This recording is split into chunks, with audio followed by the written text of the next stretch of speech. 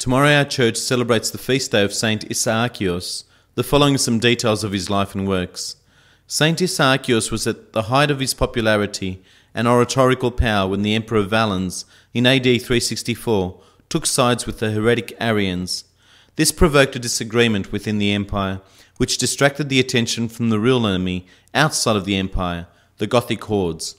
When news of the closing of churches by order of the emperor reached Isaakios, he went directly to the royal palace.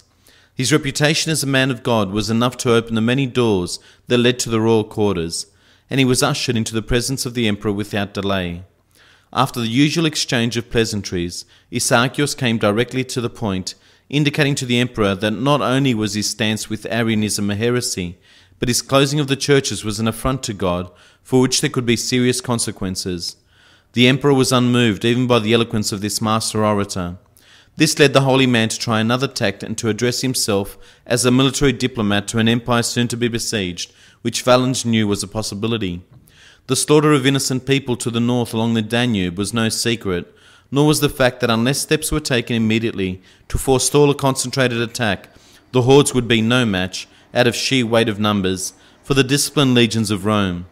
Isaakios prophesied that unless the emperor heeded the true word of God and disavowed Arianism, he could never hope to stave off the Gothic menace. The emperor said he would give it some thought and dismissed Isaakios in a pretext of more urgent business. The holy man knew, however, that there was nothing on the emperor's agenda more important than the defence of the faith and civilization. After a short while, he made his way to the emperor once again. Valens remarked that the holy man was to be admired for his persistence, but his concern was an overreaction to situations well in hand and best left to the emperor. Again the defender of the faith was dismissed for other business, heedless of the warnings that nothing but misery lay in store for him. When Valens at last departed the city with his legions to face the Goths, he again was approached by Isaakios, who seized the bridle of the ruler's horse to insist once again that the churches be reopened, or that he would die in flames, not by the sword of a Goth.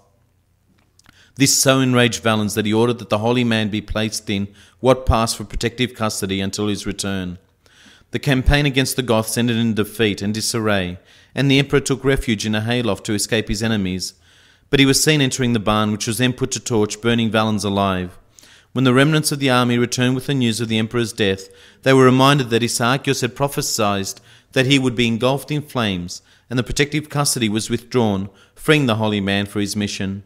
The new emperor Theodosius was more receptive to the admonitions of the tried and proven Isaakios, and not only were the churches reopened, but Arianism was outlawed as a heresy with no place in Christian thought. His mission accomplished, Isaakios yearned to be out of the public eye, and to once again seek the serenity of the cloister, which was more to his liking. He assumed the post of abbot in the Dalmatian Monastery, where he lived out his days in the service to Jesus Christ until his death on the 30th of May, 410 AD.